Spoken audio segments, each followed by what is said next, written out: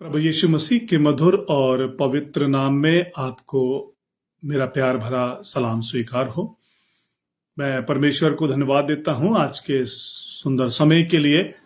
एक बार फिर से ये मौका मिला है कि इस माध्यम से आपसे बात कर सकूं।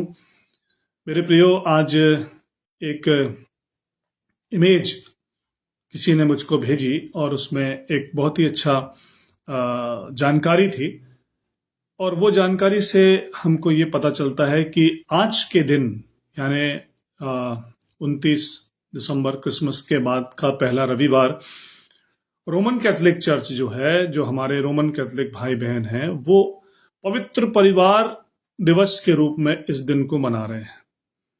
पवित्र परिवार दिवस अर्थात पवित्र परिवार मरियम, यूसुफ और यीशु मसीह को लेकर के वो स्मरण कर रहे हैं और इस बात की कामना कर रहे हैं कि कलीसिया में सभी परिवार एक पवित्र परिवार की तरह अपने जीवन को जिएं।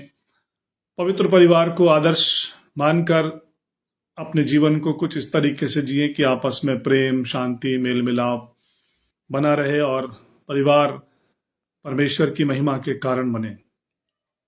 आज यदि हम अपनी दृष्टि संसार पर लगाएं तो हम इस बात को देखते हैं कि आज का जमाना जो है वो दिवस का जमाना है। डेज, बहुत सी दिनों के विषय में हम देखते हैं। अगर देखें सोशल मीडिया के माध्यम से देखें तो वैलेंटाइन डे बहुत ही जोश और धूमधाम के साथ मनाया जाता है, बाजार सजे होते हैं। इसी तरीके से फ्रेंडशिप डे है, रोज डे है, चॉकलेट डे है, हग डे है, और न जाने कितने दिवस हम मनाते हैं। और इनको हम व्हाट्सएप और फेसबुक पर इसका क्या बोलते धूम मची रहती है मेरे प्रिय भाइयों बहनों। लेकिन अफसोस की बात यह है कि परिवार दिवस का कहीं पर भी नामो निशान नहीं होता, परिवार दिवस की कहीं पर भी धूम नहीं होती। लेकिन पवित्र वचन बाइबल के अनुसार हमको इस बात को देखना चाहिए और हमें हर दिन परिवार दिवस के रूप में मनाना चाहिए। हर दिन परिवार दिवस के रूप में मनाना चाहिए। मैं स्मरण कर रहा हूं प्रभु यीशु मसीह की दासी संत मदर टेरेसा के शब्दों को। मदर टेरेसा ने लोगों को बताते हुए, ये समझाते हुए कहा, उनके शब्द मैं आपके सामने पढ़ना चाहता हूं।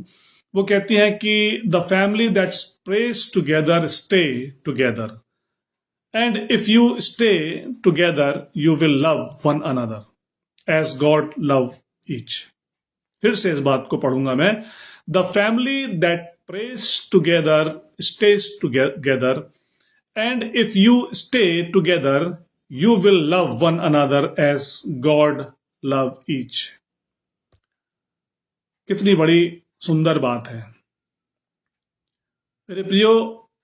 एक मसीही परिवार को या एक परिवार को संगठित, प्रसंचित, प्रोत्साहित, समर्पित एवं आदरणीय बने रहने के लिए अपने कर्तव्यों को समझना और अपने कर्तव्यों को निभाना है। इसके लिए मुझे और आपको एक मार्गदर्शक की आवश्यकता है। हमें एक मार्गदर्शक चाहिए कि हम अपने कर्तव्यों को जान सकें, और जब कर्तव्यों को जान सकें तो फिर उनका पालन हम कर सकें। और एक प्रभु का दास होने के नाते, सेवक होने के नाते मैं इस बात को कह सकता हूं कि आज मेरे पास, आपके पास सबसे उत्तम मार्गदर्शक यदि कोई है तो वह है परमेश्वर का पवित्र वचन अर्थात बाइबल। मेरे प्रियो, यदि हम वचन के अनुसार अपने कर्तव्यों को समझें और उसे पूरा करें तो कोई कारण नहीं है कि एक परिवार प्रसंचित, संगठित परिवार होने से चूक जाए। फिर कोई कारण नहीं है कि एक परिवार जो है इस सब विशेषताओं से वंचित रह जाए। बाइबल निर्देशन करती है, इसे हम आवश्यकता के अनुसार क्रमबद्ध करके समझ सकते हैं, या बाइबल के द्वारा मिले हुए निर्देशों को हम अपनी आवश्यकता के अनुसार क्रमबद्ध करके समझने का प्रयास कर सकते हैं, या हमें समझने का प्रयास करना होगा। जब तक परिवार संगठित नहीं है, जब तक परिवार प्रभु यीशु मसीह के प्रेम में, आपस के प्रेम में एक दूसरे से नहीं बढ़ चले हैं, तब तक मसीह की संगति, तब तक मसीह की सहभागिता कुछ असंभव सी जान पड़ती है। तो मेरे प्रियो, पवित्र वचन बाइबल के अनुसार मैंने इन बातों को क्रमबद्ध किया है और वो बातें मैं आज अपने भाई बहनों तक पहुंचाना चाहता हूं, अपने लोगों तक पहुंचाना चाहता हूं कि हम किस तरीके से अपने परिवार को प्रसन्नचित परिवार, संगठित परिवार, प्रोत्साहित परिवार, समर्पित परिवार और आदरणीय परिवार बना लें। तो सबसे जो पहली पायदान पे यदि कोई रिश्ते आते हैं जिनके लिए बाइबल हमें सूचित करती है या जिसके लिए बाइबल हमें मार्गदर्शन प्रदान करती है, तो सबसे पहला, सीढ़ी का सबसे पहला पायदान है भाई। भाई क्या कहता है भजन संहिता 133वें अध्याय की पहली आयत में भजनकार, ये क्या ही भली और मनोहर बात है कि भाई लोग आपस में मिले रहें। कितनी बड़ी बात, कितनी सुंदर बात परमेश्वर का वचन कह रहा है, भजनकार कह रहा है कि ये क्या ही भली और मनोहर बात है कि भाई लोग आपस में मिले रहें। मेरे प्रियो, भाइयों का आपसी मधुर संबंध आदर्श बनता है। यदि किसी परिवार में भाई आपस में एक मन है, एक मत है, एकजुट है, तो परिवार में आने वाले जितने भी इन-लॉज होंगे वो भी भाइयों के आपस के प्रेम को देखकर एक मन होंगे और शैतान को किसी भी तरीके से अवसर नहीं मिलेगा कि वो कड़वे दाने परिवारों के बीच में बो दे। तो सबसे पहला कर्तव्य या सबसे पहला दायित्व जो बनता है वो भाइयों का बनता है कि आने वाले रिश्तों में वो प्रेम और मधुरता को लेकर के आए, क्योंकि यदि शैतान को अवसर मिल गया तो वो कड़वे दाने अवश्य ही बोएगा। जैसा कि पहला पत्रस और उसके 5वें अध्याय की 8वीं आयत में लिखा हुआ है कि शैतान तो गर्जने वाले सिंह की नाई इस ताक में रहता है कि कब किसको फाड़ खाए। भाइयों का आपसी प्रेम भावी लोगों को भी आपस में प्रेम करने के लिए विवश कर देगा। और यदि भाइयों के बीच में ही तनाव होगा, भाइयों के बीच में ही टंटे होंगे, तो निश्चित रीति से भाभी भी तनावग्रसित होंगी और परिवारों का क्या होगा इसका अंदाजा आप अपने आप लगा सकते हैं। इसलिए बाइबल कहती है भाइयों का जो संबंध है, भाइयों का जो प्रेम है वो महत्वपूर्ण है। नीति वचन की पुस्तक और उसके 6वें अध्याय की 19वीं आयत में लिखा हुआ है कि भाइयों के जो बीच झगड़ा उत्पन्न कराने वाले से यहोवा परमेश्वर घृणा करता है। जो लोग अपने स्वभाव के कारण, जो लोग अपने व्यवहार के कारण भाइयों के बीच में झगड़ा उत्पन्न कराते हैं, परमेश्वर उनसे घृणा करता है, क्योंकि वो इस बात को प्रदर्शित कर रहा है, इस बात को दर्शा रहा है, हम लोगों को इस बात को जता रहा है कि भाई आपस में मिले रहें। तो निर्देशित कर रहा है ऐसे लोगों को जो अपने स्वभाव के कारण, अपनी बुरी आदत के कारण भाइयों के बीच में झगड़ा करवाते हैं। मेरे प्रियो, भाइयों का आपस का झगड़ा परिवार के लिए, खानदान के लिए, कलीसिया के लिए, सभी पूरे समाज के लिए घातक है, जो परिवार को, खानदान को, कलीसिया को, समाज को प्रभावित करता है। नीति वचन की पुस्तक 18वां अध्याय और उसकी 19वीं आयत में लिखा हुआ है कि भाइयों का झगड़ा राजभवन के बेंडों के समान होता है और चिढ़े हुए भाई को मना लेना दृढ़ नगर को जीत लेने के से कठिन होता है या दृढ़ नगर को ले लेने से कठिन होता है। भाइयों के आपस के झगड़े का जो दुष्परिणाम है, परमेश्वर का वचन कुछ इस तरीके से बता रहा है। तो मेरे लिए और आपके लिए ये बात महत्वपूर्ण है कि भाई आपस में मिले रहें। मेरे प्रिय भाइयों बहनों, आज मुझे और आपको अपनी अंतर आत्मा में होकर अपने परिवार पर दृष्टि डालना है, अपने भाई बहन संबंधी रिश्तों पर दृष्टि डालना है कि क्या सचमुच में हम परमेश्वर के वचन के अनुसार आपस में एक मत, एक चित्त हैं, और यदि नहीं है तो जरूरत है कि प्रभु यीशु मसीह के कदमों पर आकर ये दुआ करें, प्रार्थना करें कि प्रभु हमारे झगड़े दूर हों और हम एक मन हो जाएं, ताकि हम आने वाले लोगों के लिए, आने वाले रिश्तों के लिए आदर्श बने कि हमारे बीच में शैतान काम ना करने पाए। भाइयों का झगड़ा जो है वो अत्यधिक घातक है। इसलिए प्रभु यीशु मसीह ने निर्देश दिया, मत्ती रचित सुसमाचार के 5वें अध्याय की 21वीं आयत से यदि आप 24वीं आयत तक पढ़ें, तो प्रभु यीशु मसीह ने यह निर्देश दिया है कि यदि तू अपनी भेंट वेदी पर लाए और वहां तुझे स्मरण आए कि तेरे भाई के मन में, तेरे मन में नहीं, तेरे भाई के मन में किसी भी प्रकार का कोई बैर है, तो पहले अपनी भेंट वेदी के सामने छोड़ दे, जा और अपने भाई से मेल मिलाप कर और तब लाकर अपनी भेंट को चढ़ा। ये प्रभु यीशु मसीह ने कहा है। मेरे प्रिय, इसका महत्व क्या है, इसका मतलब क्या है कि यदि तेरे भाई के मन में तेरे प्रति बुराई है, बैर है, किसी भी प्रकार का कोई झगड़ा है, तो पहले उसको दूर कर। अगर तुम अपने भाई और बहनों के बीच के आपस के झगड़े को दूर नहीं कर पा रहे हो, तो निश्चय जानो कि तुम्हारी भेंट स्वीकार नहीं की जाएगी, जिस तरीके से कैन की भेंट स्वीकार नहीं की गई, क्योंकि कैन के मन में अपने भाई के प्रति बैर था। तो प्रभु इस बात को निर्देशित कर रहे हैं, हमको इस बात के लिए वो सीख दे रहे हैं कि तुम पहले अपने भाई से मेल करो। मेरे प्रिय भाइयों बहनों, बस थोड़ा समय बाकी है, हमारी जिंदगी में एक और नया वर्ष आने वाला है। हम नए वर्ष में प्रवेश करेंगे। हमने क्रिसमस मना लिया, किस तरीके से क्रिसमस मनाया वो तो बीत गया, पास्ट हो गया। अब हम नए वर्ष में प्रवेश करने जा रहे हैं। तो नए वर्ष में प्रवेश करें एक नई चाहत के साथ, नए वर्ष में हम प्रवेश करें एक नई इच्छा के साथ, नए रिश्तों के साथ। नए रिश्ते से तात्पर्य रिश्तों की नई मधुरता के साथ, तमाम प्रकार की कड़वाहटें दूर करके। पहला यूहन्ना उसका 4 अध्याय और उसकी 20 और 21वीं आयत में पतरस, माफ कीजिए, यूहन्ना पवित्र आत्मा की प्रेरणा में होकर लिख रहे हैं कि इसलिए यदि कोई कहे कि मैं परमेश्वर से प्रेम रखता हूं। आज बहुत से लोग, सेवक, प्रचारक, बहुत से लोग दावा करते हैं कि हम परमेश्वर से प्रेम करते हैं। I love my Jesus every day गाते हैं गाना। यदि कोई कहे कि मैं अपने परमेश्वर से प्रेम रखता हूं और लिखा हुआ है अपने भाई से बैर रखे, तो वो झूठा है। आपका प्रेम अपने भाई के प्रति, परमेश्वर के प्रति कितना है, यदि आप इसको जांचना चाहते हैं, जानना चाहते हैं, उसकी डेंसिटी को नापना चाहते हैं, तो पहले देखिए कि आपका और आपके भाई का रिश्ता कैसा है।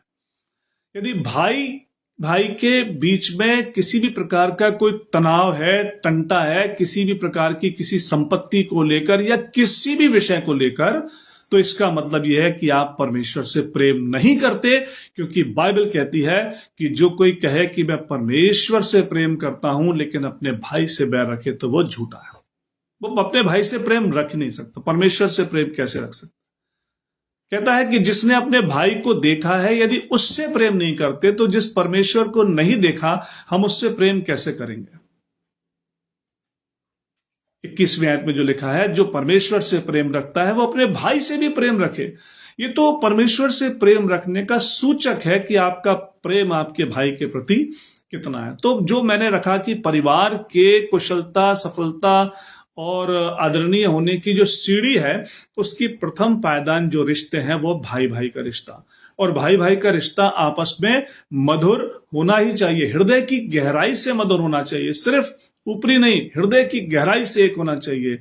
हम अपने भाई के लिए सब कुछ करने के लिए तैयार हैं। मेरे प्रिय भाइयों बहनों, परमेश्वर के जीवित वचन के अनुसार भाई मेल मिलाप से रहें, तो परिवार के लोग आपको देखेंगे, आपसे सीखेंगे, और वो भी आपस में एक मन, एकजुट, एक प्रेम होने के लिए विवश हो जाएंगे। यदि भाई भाई आपस में लड़ रहे हैं, तो देवरानी जेठानियां भी आपस में लड़ेंगी, उनके बच्चे भी आपस में तनाव रखेंगे, और जहां तनाव होगा वहां प्रभु यीशु मसीह की उपस्थिति नहीं होगी, क्योंकि प्रभु कहते हैं जहां 2 या 3 मेरे नाम से इकट्ठे होते हैं, उनके बीच में मैं हाजिर होता हूं। जहां 2 या 3 मेरे स्वभाव में एक मन एक चित्त होते हैं, उनके बीच में मैं हाजिर होता हूं। मेरे प्रियो, हम परिवार दिवस को मनाएं, आपस में एक दूसरे से प्रेम रखें, प्रतिदिन इस दिवस को मनाएं। मैं तो कहता हूं प्रतिदिन इस दिवस को मनाएं, प्रार्थना करें साथ में बैठकर, भाइयों से मेल मिलाप करें, भाइयों के बीच में जाएं, एक दूसरे के दुख सुख को बांटें और आदर्श बन जाएं अपने परिवार के अन्य लोगों के लिए, अपने पड़ोसियों के लिए। जब हम परिवार की सीढ़ी के दूसरे पायदान पे आते हैं, जो दूसरा रिश्ता मुझे दिखाई देता है और जो मैं आपके साथ आज उसको रखना चाहता हूं, बांटना चाहता हूं, वो दूसरा महत्वपूर्ण जो रिश्ता है वो है पति पत्नी का।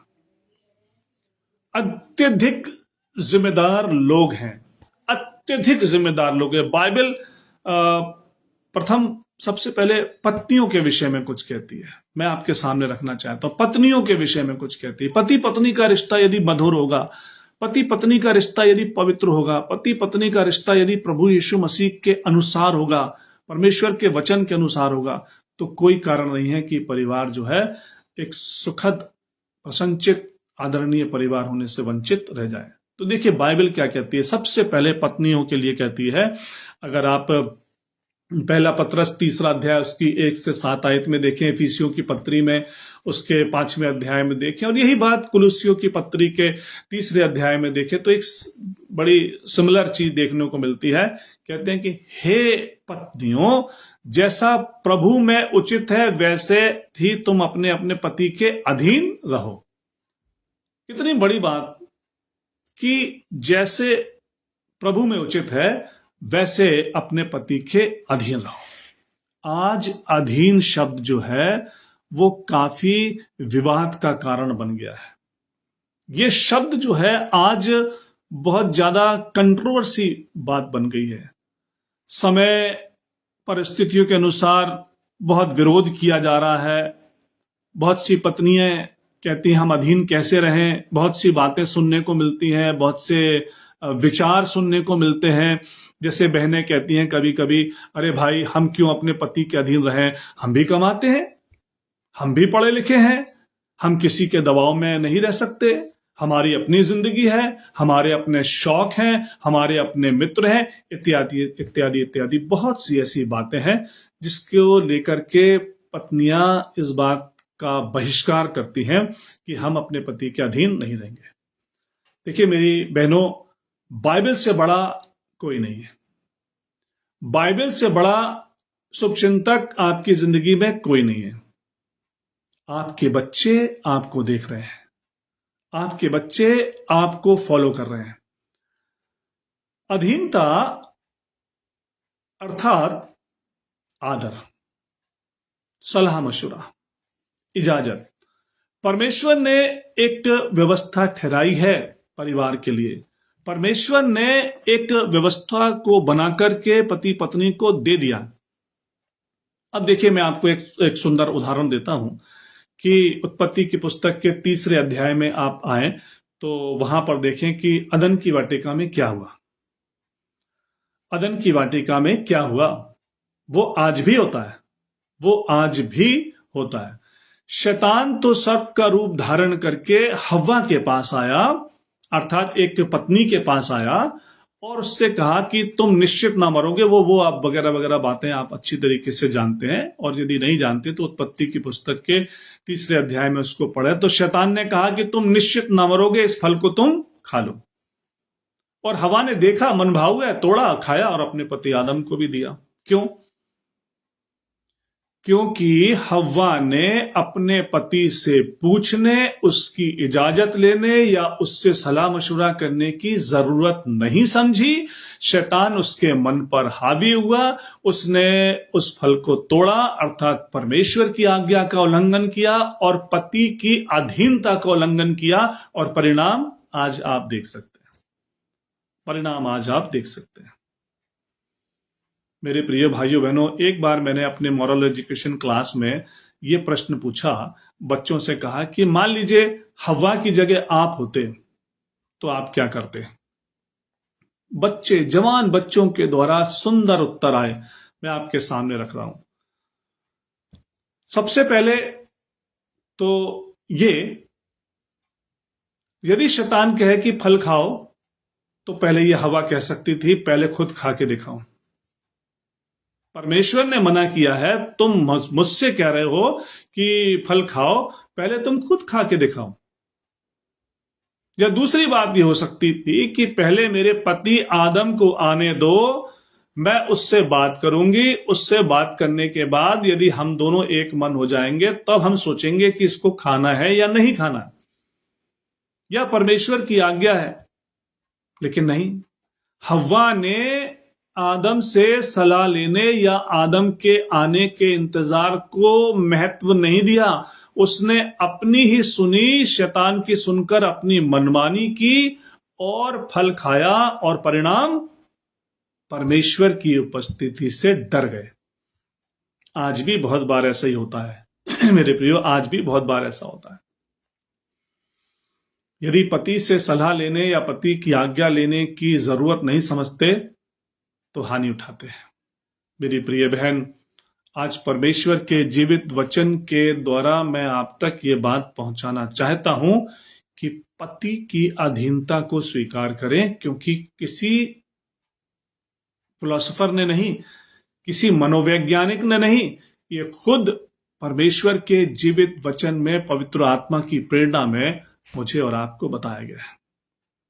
मेरी बहन,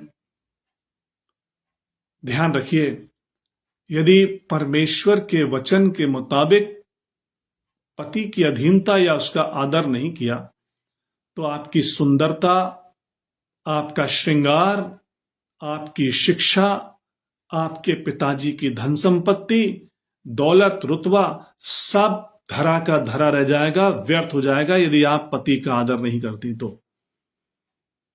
अगर आप पति का आदर नहीं करते हैं तो आपकी सुंदरता, आपकी शिक्षा, आपकी पिताजी की दौलत, आपके पिताजी का रुतबा सब धरा का धरा रह जाएगा, और परमेश्वर का वचन कहता है आप आशीषें पाने से वंचित हो जाएंगे। क्या कहता है देखिए परमेश्वर का वचन, नीति वचन की पुस्तक उसका 11वां अध्याय और उसकी 22वीं आयत में देखें, जो सुंदर स्त्री विवेक नहीं रखती वो थूथन में सोने की नथ पहने हुए सुअरिया के समान है। कितनी बड़ी बात, कितनी खतरनाक बात परमेश्वर के वचन में यहां पर राजा सुलेमान ने कह दी। फिर से दोहराऊंगा, जो सुंदर स्त्री विवेक नहीं रखती वो थूथन में सोने की नथ पहने हुए सुअर के समान है। ये उपमा दे रहा है, ये उपमा दे रहा है परमेश्वर का वचन। लेकिन इसके विपरीत नीति वचन की पुस्तक के ही 31वें अध्याय की 10वीं आयत में परमेश्वर का वचन कहता है कि भली पत्नी कौन पा सकता है, क्योंकि उसका मूल्य मूंगे से भी अधिक है और उसके पति के मन में उसके प्रति विश्वास है। यह है खास बात, यह है अधीनता का परिणाम, यह है आदर करने का परिणाम, यह है एक सुंदर परिवार बन जाने का कारण कि पत्नी अपने पति की अधीनता को स्वीकार करे। मेरी प्रिय बहन, आपकी बेटी आपसे सीख रही है, आपकी बेटियां आपको देख रही हैं।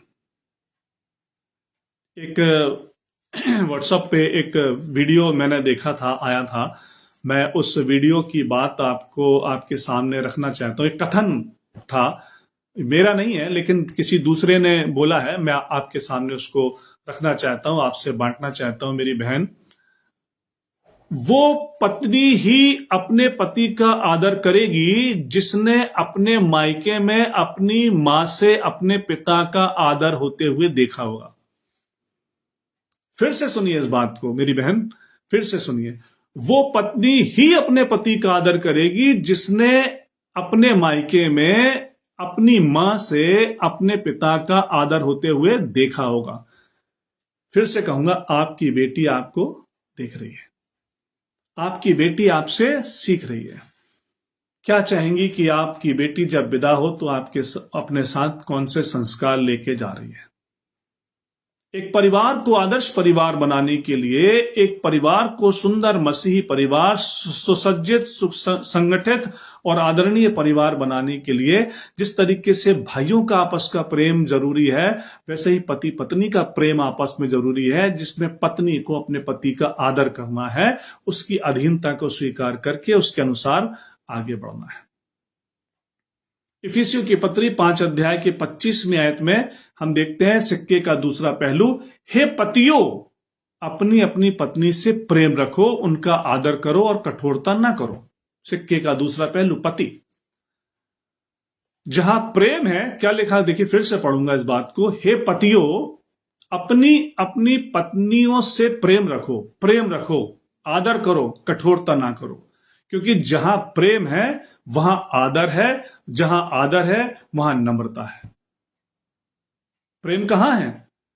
जहां परिवार एकत्र होकर प्रार्थना करते हैं, जहां पर परिवार आपस में एकजुट होकर, एक मन होकर प्रार्थना करते हैं, वहां प्रेम होता है।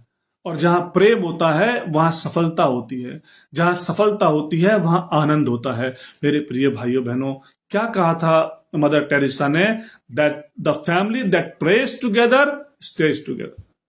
परिवार जो आपस में मिलकर प्रार्थना करते हैं वो संगठित होते हैं, एकजुट होकर के रहते हैं।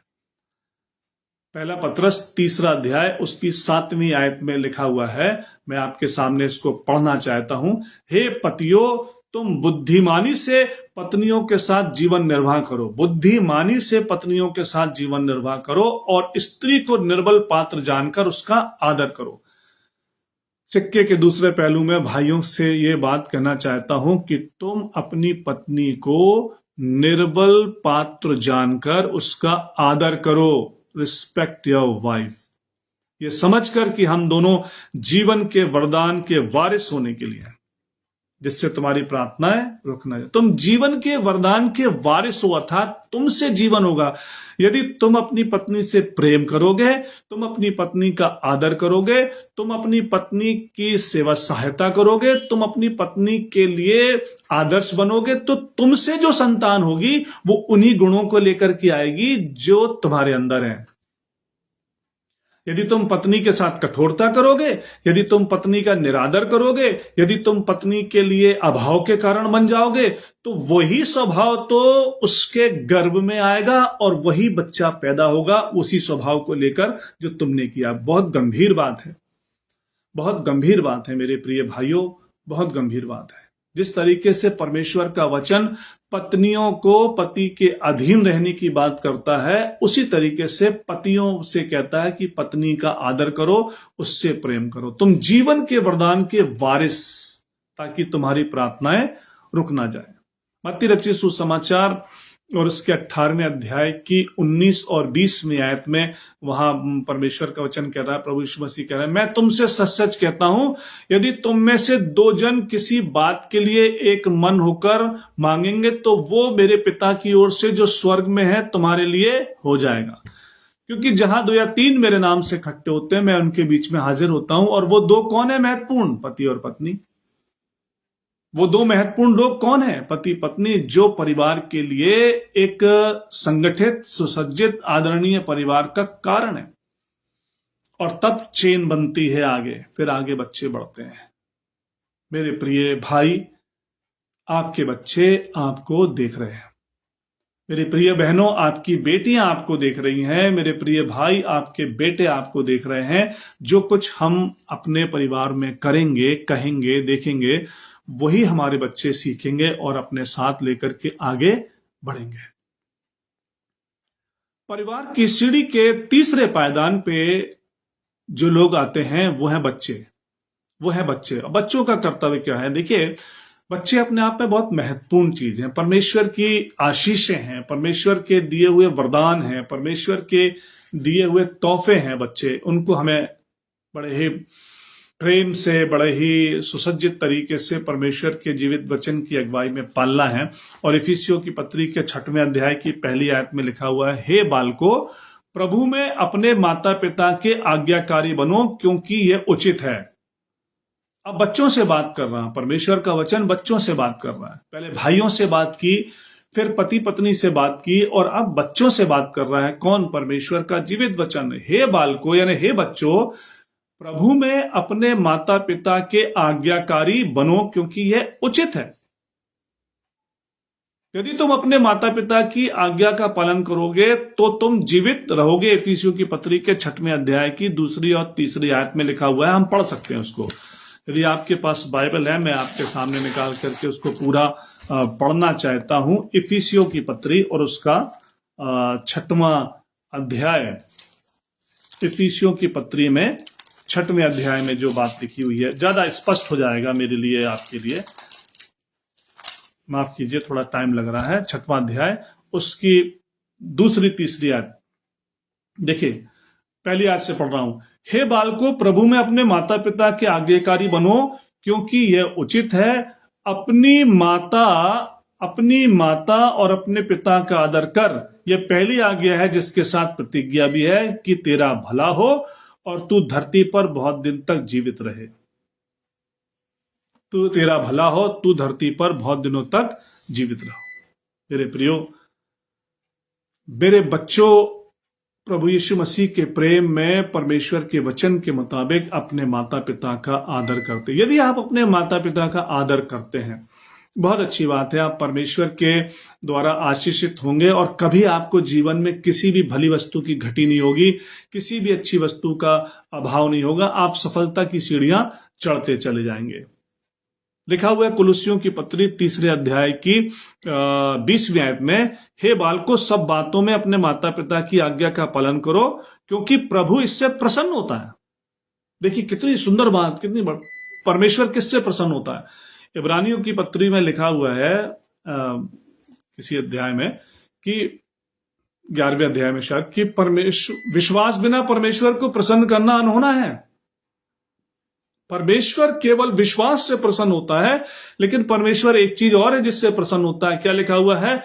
हे बालकों, सब बातों में अपने माता पिता की आज्ञा का पालन करो, क्योंकि प्रभु परमेश्वर इससे प्रसन्न होता है। परमेश्वर को अच्छी लगती है ये बात कि बच्चे अपने माता पिता का आदर करते हैं। बच्चे अपने माता पिता का आदर करते हैं। तो देखिए, अगर इसके विपरीत यदि आप किसी और प्रकार के स्वभाव में आगे बढ़ते हैं और यदि माता पिता के साथ किसी और प्रकार का कुछ सौतेला सा व्यवहार करते हैं, तो इसके विपरीत आप श्रापित हो जाएंगे। बच्चों, आज मेरी बात ध्यान से सुन लीजिए। अगर माता पिता का निरादर करते हैं तो आप श्रापित हो जाएंगे। निर्गमन की पुस्तक 20 अध्याय की 12वीं आयत में जो 10 आज्ञाएं देखिए, वहां पे अपने माता पिता का आदर कर। परमेश्वर के वचन में मूसा के द्वारा ये आज्ञा आई कि अपने माता पिता का आदर कर। और प्रभु यीशु मसीह ने कहा है मत्ती रचित सुसमाचार 15 अध्याय की 4 आयत में, अपने माता और पिता का आदर करना, और जो कोई पिता या माता को बुरा कहे वो मार डाला जाए। कितनी कठोर बात, कितनी बड़ी बात परमेश्वर के वचन में प्रभु यीशु मसीह ने कही। इसको सुन लीजिए मेरे बच्चों आज ध्यान से। फिर से पढ़ूंगा इस बात को कि अपने माता और पिता का आदर करना, जो कोई अपने पिता या माता को बुरा कहे या उनका आदर ना करे, वो मार डाला जाए। क्या समझते हैं आप? आज बहुत से ऐसे लोग हैं, बहुत से ऐसे बच्चे हैं जो अपने माता पिता का निरादर करने के कारण या अपने माता पिता को बुरा कहने के कारण मरे हुए हैं, मुर्दा स्थिति में है।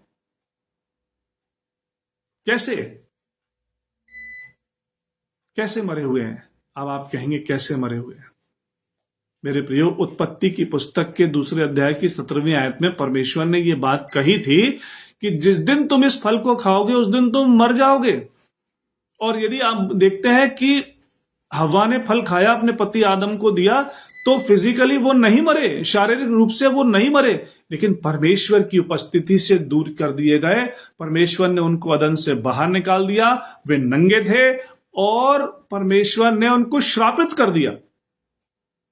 यह है मौत। मौत का जो दूसरा नाम है वो परमेश्वर की उपस्थिति से वंचित होना, परमेश्वर से दूरी, चलती फिरती लाश। कैसे हम कह सकते हैं? परमेश्वर का वचन इस बात को कह रहा है, जिस दिन तुम अपने माता पिता का निरादर करोगे, जिस दिन तुम अपने माता पिता को बुरा कहोगे, जिस दिन तुम अपने माता पिता के ऊपर चिल्लाओगे, जिस दिन तुम अपने माता पिता को उनको रुलाओगे, उस दिन तुम मर जाओगे। क्योंकि परमेश्वर इससे प्रसन्न नहीं होता, और परमेश्वर जिस चीज से प्रसन्न नहीं होता, परमेश्वर वहां पे नहीं होता। और जहां परमेश्वर नहीं होता, वहां पर मृत्यु की सी दशा होती है। मेरे प्रिय बच्चों, परमेश्वर के जीवित वचन के अनुसार हमने इस बात को देखा। परिवार की सीढ़ी के चौथे पायदान पर यदि हम आए तो माता पिता। अब माता पिता है, पहले हमने देखा भाई, फिर पति पत्नी, फिर बच्चे, और अब माता पिता। माता पिता की भी बहुत बड़ी जिम्मेदारी है। बहुत बार माता पिता ये कहते हुए दिखाई देते हैं कि हमारे बच्चे हमारा आदर नहीं करते, हमारे बच्चे हमारी नहीं सुनते, हमारे बच्चे अपनी जिंदगी जीते हैं, हमारे बच्चे ध्यान नहीं रखते। क्यों? क्या कभी आपने इस बात के ऊपर विचार किया है कि आपके बच्चे आपका आदर क्यों नहीं करते? सिक्के का दूसरा पहलू भी देखना जरूरी है। देखिए, इफिसियों की पत्री उसका 6वां अध्याय और उसकी 4थी आयत में लिखा हुआ है, हे बच्चे वालों, अर्थात हे माता पिता, अपने बच्चों को तुम रिस ना दिलाओ, परंतु प्रभु की शिक्षा और चेतावनी देते हुए उनका पालन पोषण करो। आज मैं आपके सामने ये बात रखना चाहता हूं, आज मैं आपके सामने ये चैलेंज रखना चाहता हूं कि क्या थोड़ा सा विचार करें अपने जिंदगी पर, अपने पास्ट पर, अपने भूतकाल पर, कि क्या आपने अपने बच्चों का पालन पोषण परमेश्वर के वचन के मुताबिक किया है? क्या आपने अपने बच्चों को उचित संस्कार दिए हैं? यदि आपने खुद ही अपने बच्चों को उचित संस्कार नहीं दिए और अपने बच्चों के सामने अपने परिवार के लोगों के साथ नकारात्मक व्यवहार किया है, क्रोध का व्यवहार किया है, अपवित्र व्यवहार किया है, या किसी भी तरीके से लड़ाई झगड़ा, मारपीट, चिल्ला चोट, नशा पत्ती, ये सब किया है, तो आप बच्चों से अच्छे संस्कार की उम्मीद ना करें। परमेश्वर का वचन कहता है, कुलुस्सियों की पत्री 3रा अध्याय और उसकी 21वीं आयत में, हे बच्चे वालों, अपने बालकों को तंग ना करो, ना हो कि उनका साहस टूट जाए। जो बाइबल कह रही है वो मैं आपके सामने रखना हूं। हे बच्चे वालों, अपने बालकों को तंग ना करो, ना हो कि उनका साहस टूट जाए। आज बहुत से परिवारों में ये देखने को मिलता है कि माता पिता अपने बच्चों को इरिटेट कर देते हैं, तंग कर देते हैं, बेटा बहू को तंग कर देते हैं, बेटी दामाद को तंग कर देते हैं। बहुत बार आप अध्ययन कीजिए इस विषय पर, आप इसका शोध कीजिए, रिसर्च कीजिए, देखने को मिलेगा कि बहुत बार जो बूढ़े माता पिता इस बात को कहते हैं कि हमारे बच्चे हमें पूछते नहीं है, हमें ओल्ड होम में डाल दिया, इसके बहुत बार इसके कारण वो माता पिता ही होते हैं और बनते हैं बेचारे।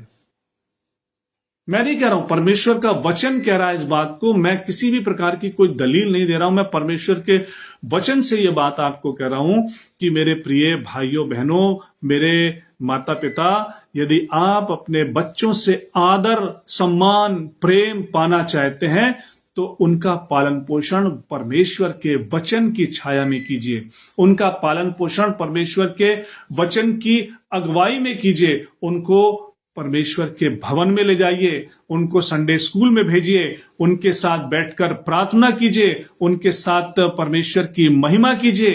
कहीं ऐसा ना हो कि वो परमेश्वर के वचन से वंचित रहें, आप अपने एक कोने में बैठ के मोबाइल में लगे रहें, बच्चे अपने दूसरे लगे रहें, और फिर उसके बाद कहें कि मेरे जवानी में मेरे बच्चे मुझे पूछते नहीं हैं।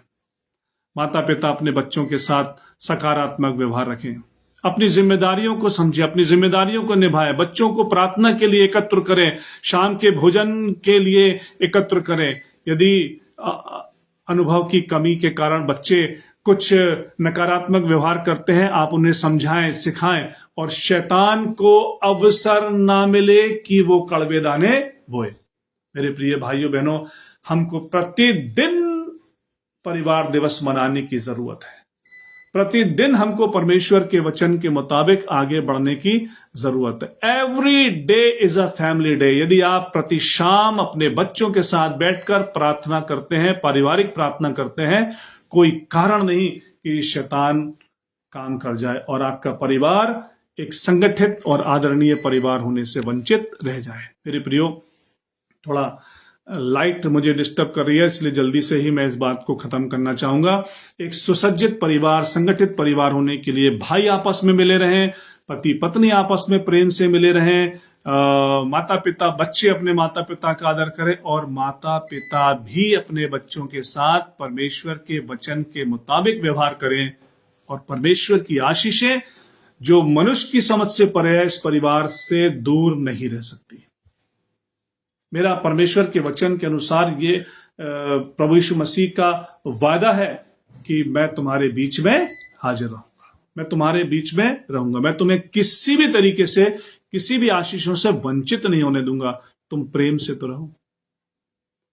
भाई आपस में झगड़ा करेंगे तो भाभी भी लड़ेंगी, और जहां लड़ाई होगी वहां प्रभु का उपस्थिति नहीं होगी। पति पत्नी यदि आपस में तनाव ग्रसित होंगे तो बच्चे वही सीखेंगे, और बच्चे वो सीखेंगे तो वो अपने फैमिली में लेकर के जाएंगे, वो वहां करेंगे, कंटिन्यू चेन बन जाएगी।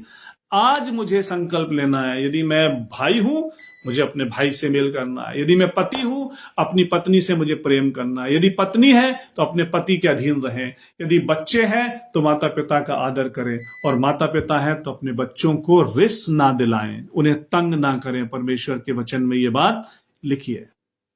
परमेश्वर हम में से प्रत्येक को आशीष दे। प्रभु यीशु मसीह के पवित्र नाम में बढ़ते जाएं, और प्रभु करे कि हर परिवार, मसीह परिवार, एक आदर्श, सुसज्जित, संगठित, आदरणीय परिवार बने। प्रभु यीशु मसीह के पवित्र नाम की जय हो। धन्यवाद। जय मसीह की।